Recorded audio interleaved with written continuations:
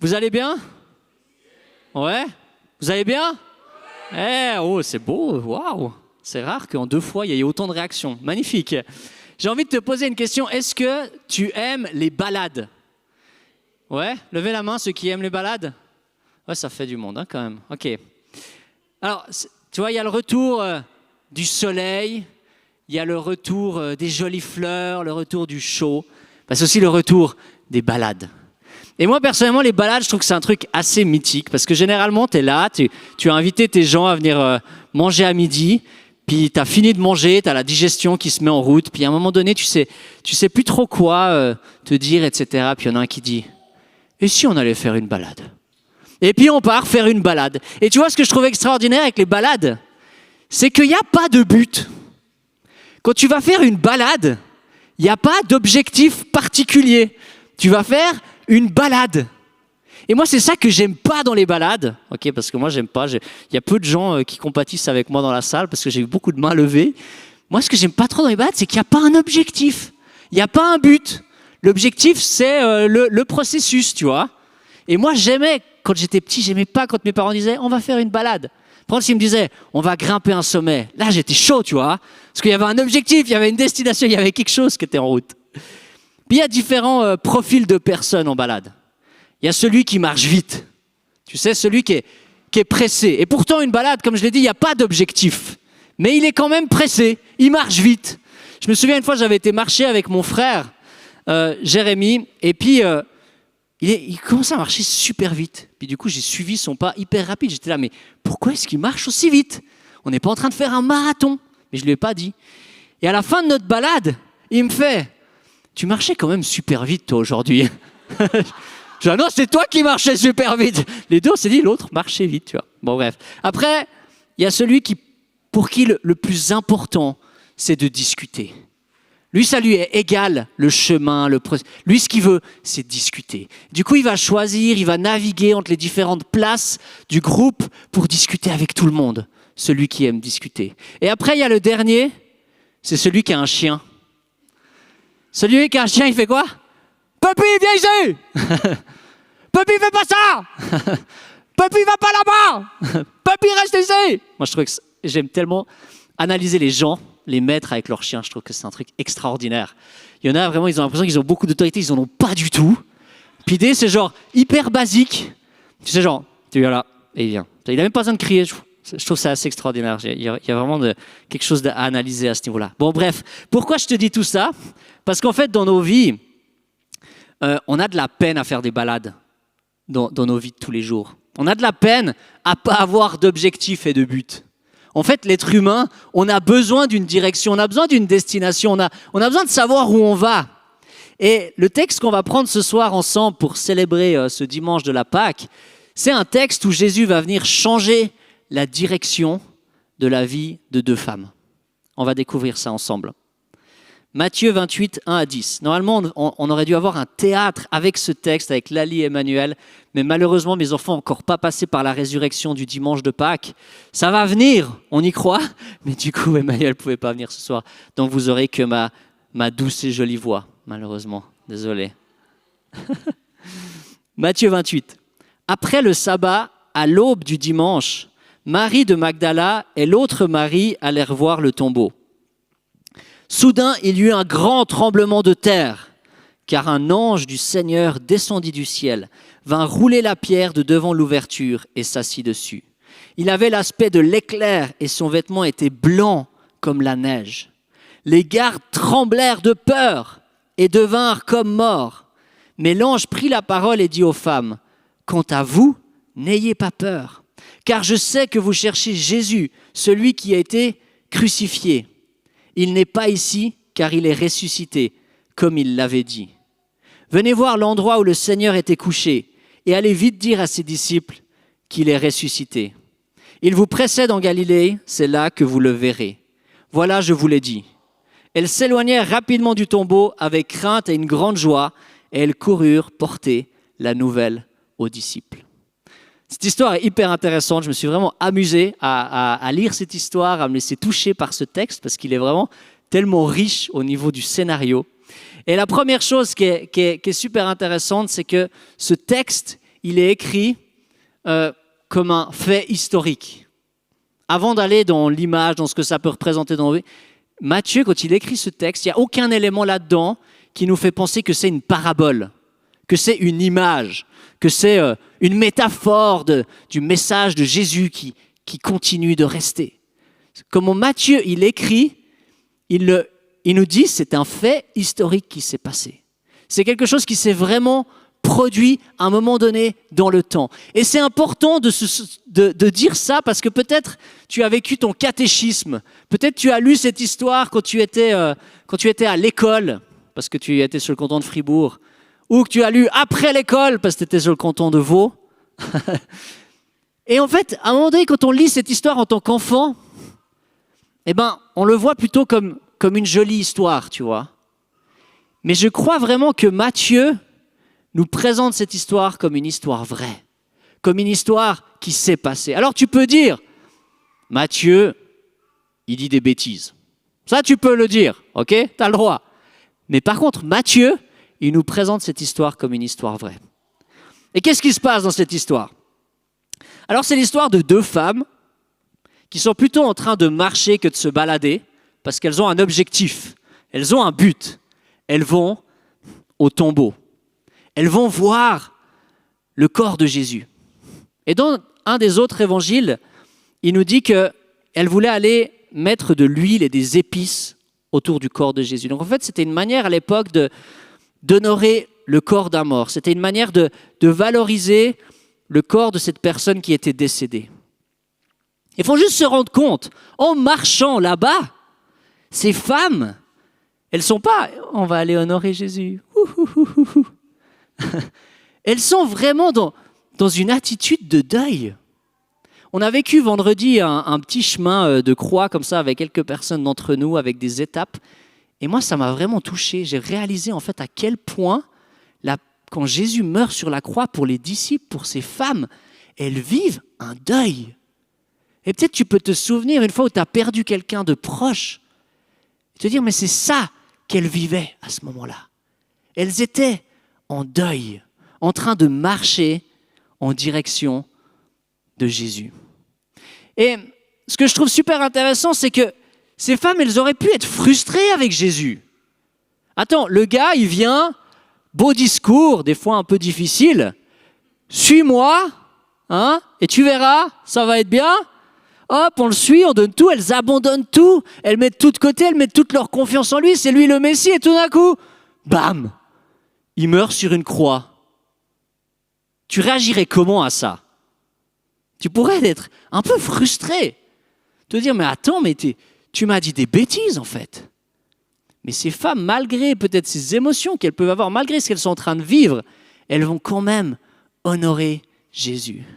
Et moi, je me dis dans nos vies, quand Dieu nous déçoit, quand Dieu ne répond pas comme on voudrait, quand on a fait une prière et qu'il n'a pas répondu à cette prière, quand on a demandé que nos enfants puissent être guéris pour être là ce soir et que ça ne se passe pas, on réagit comment? Est-ce qu'on continue d'honorer Dieu? Est-ce qu'on continue d'aller l'honorer au travers de notre processus? Et moi, je suis touché par l'attitude de ces femmes et j'ai à apprendre d'elles tellement. Et ce qui est fou, c'est que du coup, ces femmes, grâce à cette attitude-là, qu'est-ce qui se passe? Elles sont les premières à entendre parler de The Big News. Wouh! Du truc qui va faire les grands titres pendant encore bien quelques années. Hein? 2000 ans plus tard, on est toujours là, quoi. Jésus est ressuscité. Wouh! Non, c'était pas Michael Jackson est mort, c'était Jésus est ressuscité, tu vois. La big news, le truc qui va tout chambouler, elles sont les premières à en entendre parler. Et en plus de ça, Dieu il met le paquet. L'ange qui descend du ciel, un tremblement de terre. L'ange qui roule la pierre, qui s'asseye dessus. Je sais pas à quelle attitude il s'asseye. Et j'ai lu un commentaire qui disait qu'ils n'avaient pas des ailes à l'époque quand ils dessinaient les anges, donc ils n'avaient pas d'ailes. Oh, puis ça s'asseye comme ça. C'est quand même la classe. Hein? Brillant comme l'éclair. T'as déjà regardé un éclair? C'est plutôt brillant, quoi. Blanc comme de la neige. Bon, on n'a pas vraiment un exemple de cet hiver, mais va un peu plus loin. blanc comme la... Enfin, tu vois, le paquet, quoi. Le truc de fou. Et là, il y a un truc que je trouve extraordinaire dans ce récit, c'est qu'en fait, le mort est vivant, et les vivants, les gardes, qui devaient garder le mort, sont comme morts. Ça, c'est drôle, hein? T'as remarqué ça dans le texte? Moi, ça m'a fait vraiment rire. Je me suis dit, je suis sûr que c'est un peu un jeu de mots, une blague, tu vois, une tournure. C'est assez extraordinaire que celui qui est censé être mort, il est vivant, et ceux qui sont censés être vivants pour garder le mort, ils sont comme morts. Je ne sais pas du tout quoi faire de cette info, mais je la trouve extraordinaire. Du coup, je vous la partage comme ça, vous l'avez. Et si tu as une idée de message là-dessus, viens m'en parler, je serais content de l'entendre. Mais voilà, je trouvais que c'est beau de voir aussi que dans la Bible, il y a de l'humour, quoi. Hein?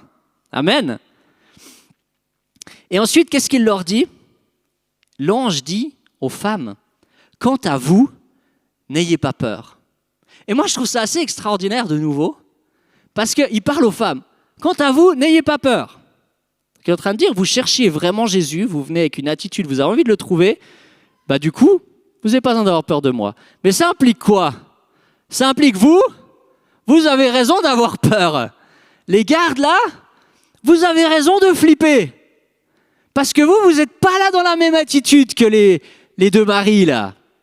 Vous êtes là pour prier. Donc, ayez peur. Et moi, je crois qu'en fait, avoir peur, ça peut nous amener à l'adoration. Avoir peur, ça peut nous amener à reconnaître qui est Jésus, reconnaître qui est Dieu. Et quand tu es dans cette attitude d'adoration, tu n'as plus besoin d'avoir peur, parce que tu en es sorti. Et en fait, ces gardes, ils n'ont pas assez peur, parce que juste après, ils vont aller vers les chefs juifs, ils vont leur dire, voilà ce qui s'est passé. Puis les chefs juifs vont dire, il ne faut surtout pas dire ça, ok? Sinon on va avoir des problèmes. Donc on vous donne beaucoup d'argent, puis vous dites que c'est les disciples qui sont venus voler le corps. Et puis ils vont faire ça, les soldats. Donc en fait, ils n'avaient pas assez peur. Ils n'avaient pas assez peur de cet ange pour vraiment donner leur vie à ce qui s'est passé, pour vraiment réaliser ce qui se passe. Premier impératif que l'ange donne au mari, n'ayez pas peur. Deuxième, venez voir. Là, on est du bon vaudois, là j'ai mon côté vaudois qui ressort. Viens voir de bleu. Ben ouais. C'est incroyable, je trouve. Quand la Bible comme ça nous rejoint dans nos tripes, tu vois. C'est juste magnifique. Venez voir. Qu'est-ce qu'il est en train de dire? Moi, ça me touche aussi cette phrase. Parce qu'il n'est pas en train de dire ayez la foi. Mais venez pas contrôler ce qui se passe. Il les invite à dire Jésus est ressuscité. Viens. Viens constater que Jésus est ressuscité. Et tu sais, souvent on entend dans le monde chrétien, avoir la foi, c'est mettre sur off notre intelligence. C'est l'intelligence ou la foi. Ça ne va pas ensemble. Tu ne peux pas les mettre ensemble. Qu'est-ce que l'ange est en train de dire? Et la foi, crois ce qui s'est passé, mais viens voir. Tu vas remarquer que c'est vrai. Et moi, je crois que notre foi, elle n'implique pas qu'on peut se poser des questions, qu'on peut aller étudier, qu'on peut aller analyser, qu'on peut aller rechercher des choses. Et moi, il y a le film Jésus l'enquête. Je ne sais pas si tu as déjà vu ce film, mais il est magnifique. C'est un gars qui veut absolument démonter l'idée que Jésus est ressuscité et qui finit par croire que Jésus est ressuscité. Et je crois que c'est ça. Si la Bible est vraie, mais on n'a pas besoin d'avoir peur que des gens fassent de l'archéologie et découvrent quelque chose qui irait à l'opposé de notre foi si on croit qu'elle est vraie. Chill! Viens voir! Tu vas voir!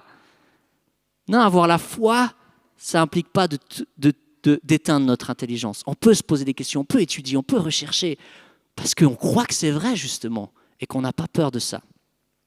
Dernier impératif, troisième et dernier, allez vite dire à ses disciples. Et tu vois, en fait, cette bonne nouvelle, ce que ces Marie, elles expérimentent là, c'est cool qu'elles s'appellent les deux Marie, comme ça, j'ai pas besoin de les appeler à chaque fois. Ce qui est Marie, ce qu'elles expérimentent, elles n'ont pas juste à le garder pour elles. Ah, c'est mon petit secret à moi. Ouh, trop bien. Non, il leur dit, allez vite dire aux disciples qui eux sont quoi? Sont dans le deuil, qui eux sont paumés, qui sont perdus, qui sont là, mais qu'est-ce qu'on a fait? Où est-ce qu'on va aller? Du coup, ils retournent pécher parce qu'ils ne savent pas quoi faire. Allez vite leur dire qu'il est ressuscité. Va partager cette bonne nouvelle. Et elles le font. Et c'est tellement drôle. Moi, j'aime tellement l'humour de Dieu. Pourquoi il choisit deux femmes? Parce qu'à l'époque, c'est pas que je suis machiste, à l'époque, la voix d'une femme, elle avait très peu de crédibilité. Et d'ailleurs, dans Luc, ils disent que les disciples ne croient pas ces niaiseries. Dans une version, c'est écrit ces niaiseries, là.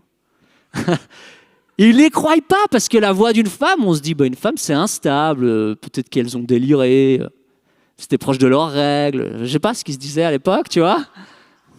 Jésus, il les choisit comme premier témoin de la résurrection. Waouh! Après, il va aller se révéler à d'autres. Mais il commence avec ces femmes. Et ces femmes, elles obéissent. Elles partent rapidement annoncer cette nouvelle avec une grande joie. Mais avec crainte encore. Il y a encore un peu de crainte qui est là. Et c'est drôle parce qu'il dit, n'ayez pas crainte. Mais elle continue d'avoir peur. Parce que tu sais, quand tu as une crainte, quelqu'un qui te dit, n'aie pas peur, ça ne règle pas cette crainte, tu vois, qu'elle a. Mais elles partent avec joie et avec crainte annoncer cette bonne nouvelle. Et en fait, qu'est-ce qu'on voit dans cette histoire? On voit Jésus qui change la direction de ces femmes. Alors qu'elles venaient avec deuil, elles venaient en fait pour honorer le corps mort de cet homme. Elles repartent en se réjouissant de la vie. Elles repartent en se réjouissant de la résurrection de Jésus. Amen. C'est juste magnifique cette histoire. Mais il y a quelque chose qui se passe encore de plus fort que j'ai réalisé, c'est que non seulement cette histoire, elle se passe pour ces deux maris qui sont là, mais ce même switch se passe pour l'humanité entière. Toute l'humanité, à ce moment-là, change de direction. Pourquoi? Parce qu'à partir de Genèse 3, qu'est-ce qu'on a? On a Adam et Ève qui mangent de ce fruit, qui désobéissent à Dieu. Et il dit, si tu manges ce fruit, tu mourras. Tu vas mourir.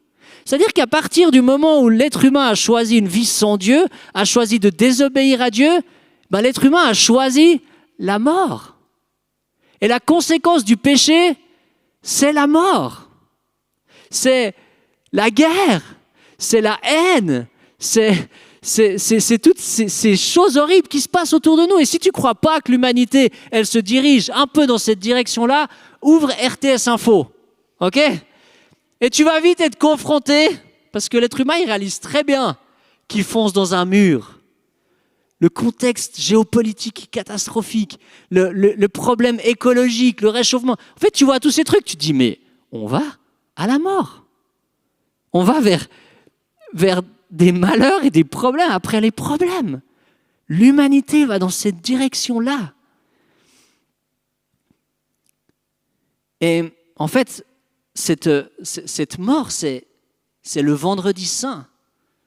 J'ai lu un texte, je vais vous le lire ensemble, il est vraiment magnifique, qui dit « À la lumière de la croix, comment douter des vérités enseignées? La réalité abominable du péché s'y démontre. Comme haine dans le ricanement des criminels, comme haïssable dans le poids de culpabilité que seul pouvait enlever le sacrifice de l'agneau de Dieu. Même si je pense aux bénéfices pour moi quand je vois mon Seigneur souffrir, je ne peux pas dire « Felix culpa », c'est-à-dire « faute bienheureuse ». Honte, indignation contre le mal, contre moi. En fait, ce qu'il est en train de dire, c'est la croix, le vendredi saint, c'est ce mal à l'état brut. C'est cette mort à l'état brut qui s'acharne contre Jésus. L'injuste qui est sacrifié, la haine, les rires, le dénigrement face à ce Jésus qui est sur la croix. C'est ce mal qui se manifeste complètement. Et en fait, ce qui est fou, c'est que sur la croix, qu'est-ce qui se passe? Dieu utilise le mal contre lui-même.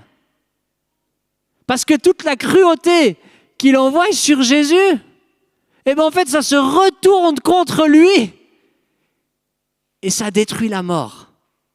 C'est incroyable quand tu réalises ça, la sagesse, la finesse de ce qui est en train de se passer. Le dimanche de la résurrection, il crie, la mort n'a pas le dernier mot. La mort n'aura pas le dernier mot. Oui, vous avez péché. Oui, vous avez désobéi. Mais moi, pas. Moi, Jésus, pas Maxime. Moi, Jésus, pas. Et c'est pour ça que je ressuscite. parce que j'étais parfait. Et j'ai porté ce poids de la conséquence pour que toi, au lieu d'aller vers la mort, tu puisses aller vers la vie éternelle. Parce que ce qui est spécifique avec la résurrection de Jésus, pas comme Lazare, c'est que lui, il ressuscite pour toujours. Hein, Lazare, c'est quand même assez drôle comme concept, il le ressuscite, mais il va remourir, tu vois. C'est quand même drôle, il meurt 2 fois, le gars. Ben, Jésus, lui, il ne va pas remourir. Il ressuscite pour toujours. Il y a une dimension de vie qui est tellement plus grande dans la vie de Jésus. Il a cette résurrection qui est en lui. Et si tu ne savais pas, tu fais partie de l'humanité. Hein? Au cas où tu n'étais pas au courant, je peux te le garantir, tu fais partie de l'humanité. Qu'est-ce que ça veut dire? C'est-à-dire que cette trajectoire, elle est non seulement pour le cours de l'histoire, mais elle est aussi un message pour ta vie. Elle peut aussi être réelle dans ta vie. Parce qu'en fait, face à nos choix, face à notre désobéissance, face à notre vie, on va tous dans la même direction, les amis. On a tous le même chemin dans lequel on va, c'est quoi? C'est la mort. Yeah! Wouh, wouh, wouh! Ça fout la pêche, hein? Mais c'est vrai! C'est vrai, on va tous vers la mort. Et l'être humain, on a développé une technique hyper sophistiquée pour ne pas y penser. J'espère que vous êtes prêts. Ça va aller vite, je vais vous le montrer. C'est un truc vraiment hyper développé qu'on fait pour ne pas penser à la mort.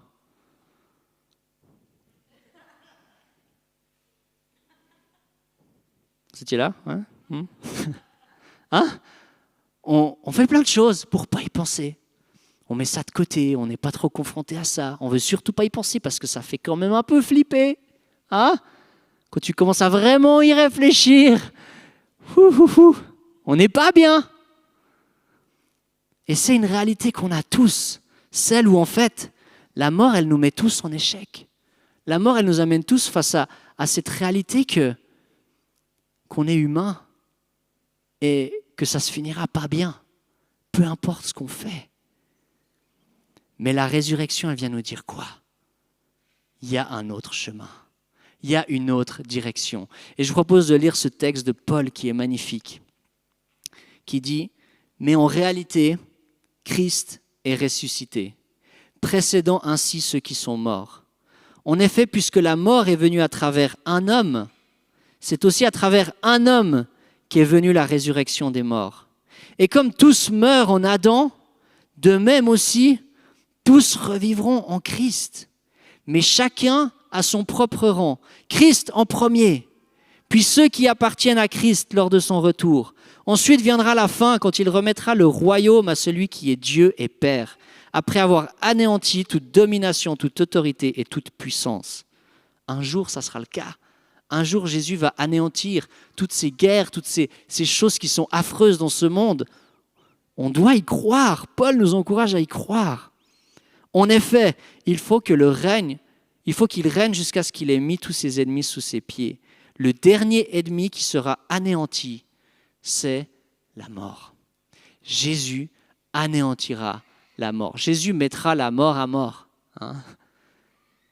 Ce texte, il nous dit quoi? C'est très très riche comme texte. Théologiquement, c'est hyper chargé, mais qu'est-ce qu'il est en train de nous dire? Par un homme, la mort est rentrée dans le monde. Par la faute d'Adam, la mort est entrée dans le monde. Et par un homme, Jésus, la résurrection rentre dans le monde. Et au même titre que par Adam, on va vers la mort, au même titre, on peut, par Jésus, aller vers la vie, aller vers la résurrection. Et on peut croire, si on met notre confiance à Jésus, si on veut lui appartenir, si on le saisit, qu'un jour, nous aussi, on ressuscitera comme lui est ressuscité. Qu'un jour aussi, on pourra vivre éternellement. Et peut-être tu te dis, mais moi j'ai de la peine à imaginer que Dieu puisse redonner vie à un tas de terre compostée qui est un corps humain. Comment Dieu peut redonner vie à ça? Comment est-ce qu'on peut croire à la résurrection? J'ai envie de te dire, si tu crois que Dieu t'a déjà créé, c'est pas compliqué de croire qu'il peut le refaire encore une fois, tu vois. Si à partir de deux minuscules trucs là qui se rencontrent, il peut te créer, c'est pas compliqué de croire qu'il peut nous recréer encore une fois, qu'il peut nous ressusciter. L'acte de foi le plus grand, c'est de croire que Dieu a tout créé. À partir de là, tout est possible, quoi. Tu vois ? Si tu crois que Dieu a tout créé, il peut marcher sur l'eau. C'est OK. C'est lui qui l'a créé, je veux dire. Et moi, ça me fait du bien de réaliser ça. Que Dieu veut changer la direction de notre vie. Que Dieu a envie de nous ressusciter. Waouh! Et tu vois, en fait, ce qui est drôle, c'est que Paul, il écrit ça aux Corinthiens. Et les Corinthiens, c'était des vrais Grecs. C'est-à-dire que pour eux, la matière, le corps, c'était mauvais. Ce qui était bon, c'était la tête, c'était l'âme, c'était la réflexion, etc. Et du coup, ils ne croient pas à la résurrection des morts, parce qu'ils se disent, Dieu ne va pas ressusciter quelque chose de mauvais. Il ne va pas faire ça. Et ce que Paul est en train de dire, c'est, si Jésus est ressuscité dans un corps, nous aussi on ressuscitera dans un corps. Et tu sais, souvent le paradis, je ne sais pas pour toi, mais souvent on l'imagine comme un truc un peu nuageux comme ça, où on flotte, tu sais. On n'est pas vraiment on n'a pas vraiment un corps, on est plutôt un truc qui voyage comme ça. Mais la Bible, elle nous enseigne qu'on aura réellement un corps. Ça sera plus proche de ce qu'on vit aujourd'hui que ce qu'on pense, juste sans tout ce qui est mauvais. Et ça, c'est le message de la Pâque. Ça, c'est le message de la résurrection. Ce n'est pas seulement une bonne nouvelle pour Jésus, mais c'est surtout une bonne nouvelle pour toi, si tu y crois et que tu marches dans cette direction-là. Et tu vois, la Pâque, c'est bien plus savoureux qu'un lapin au chocolat. La Pâque, c'est bien plus coloré que toutes les fleurs que tu peux voir dans les champs. La Pâque, c'est bien plus apaisant qu'un week-end prolongé. La Pâque, c'est ça. C'est ce message-là que Jésus te propose un autre chemin. Que Jésus te propose une autre direction que celle de la mort, qui est celle de la vie. Oui, ça lui a tout coûté. Ça lui a demandé de donner sa vie pour toi. Mais il veut t'offrir ce chemin vers la vie. Alors n'aie pas peur. N'aie pas peur si tu viens en ayant envie de rencontrer ce Jésus. Si tu viens avec cette attitude d'adoration, cette attitude où tu as envie de l'honorer, viens, regarde, constate ce qui se passe, réalise qu'il est vivant. Et moi, quand j'entends des témoignages de gens autour de moi, sur 10 années ici à ICF Bull, j'en ai entendu tellement de vies transformées par Jésus. Il est vivant. Viens, regarde. Waouh! Et va annoncer cette bonne nouvelle. Que la mort n'a pas le dernier mot, mais qu'il y a de la vie, qu'il y a de la vie en Jésus et qu'il a envie de nous offrir ce chemin et que ça en vaut tellement la peine. Et j'ai envie de finir en lisant la suite de cette histoire qu'on a lue de ces deux maris. Je propose de fermer les yeux et d'imaginer cette scène. Peut-être même tu peux te mettre à la place d'une des maries. Dis-toi que c'est peut-être Marc si tu es un homme. Tu peux te mettre à la place de ces femmes et réaliser ce qu'elles vivent, alors qu'elles ont entendu ce que tu as entendu, vécu ce que tu as vécu, qu'elles courent avec cette joie, mais aussi cette crainte qu'elle a d'aller annoncer aux disciples, alors qu'elles sont obéissantes, qu'elles se mettent dans ce chemin de foi. Qu'est-ce qui se passe? Et voici que Jésus vint à leur rencontre. Imagine Jésus, tout d'un coup, qui est là, devant elle, devant toi, et qui dit « Je vous salue ». Comment est-ce que tu réagis? Qu'est-ce que ça fait en toi de te dire « En fait, tu es vivant. En fait, tu es vraiment ressuscité ».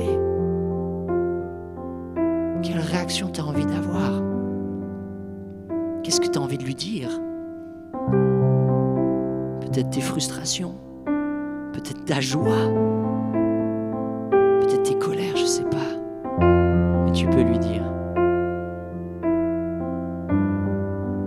Les deux maris, elles, s'approchèrent, s'agrippèrent à ses pieds et se prosternèrent devant lui. Elle l'adore comme un roi. Elle l'adore comme un Dieu. Alors qu'elle venait pour honorer un mort, elles finissent par l'adorer comme un roi.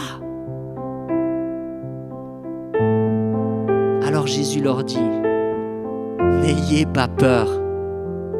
N'ayez pas peur. Et allez dire à mes frères de se rendre en Galilée. C'est là que eux aussi, ils me verront.